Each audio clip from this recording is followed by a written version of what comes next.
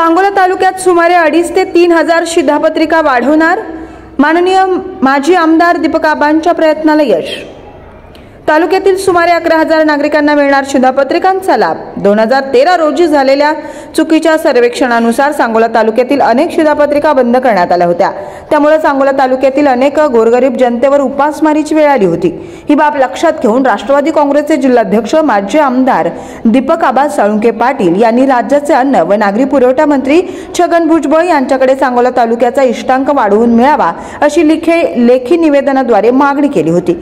दीपक आबांच्या मागणीला अखेर यश आलं असून शिधापत्रिकेपासून वंचित असलेल्या 11,000 नागरिकांना आता शिधापत्रिकेचा लाभ मिळण्याचा मार्ग मोकळा झालाय।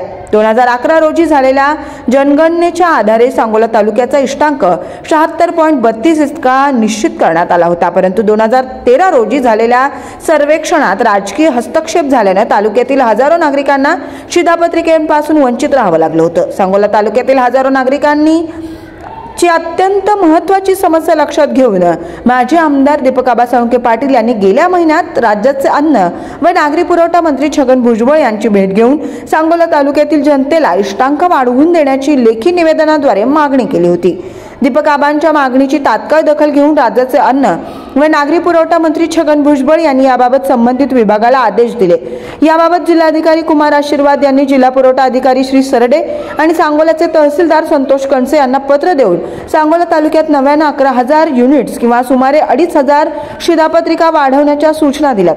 तहसीलदार संतोष कणसे यांनी सांगोला तालुक्यातील प्रत्येक गावात ग्रामदक्षता समितीला लेखी पत्र पाठवून ग्रामीण भागात शिधापत्रिकेपासून वंचित असलेल्या नागरिकांची तसेच गावात राहणाऱ्या विधवा, परित्यक्त्या, महिला, दिव्यांग व्यक्ती, अन्न सुरक्षा योजना तसेच निराधार नागरिकांची माहिती मागवली।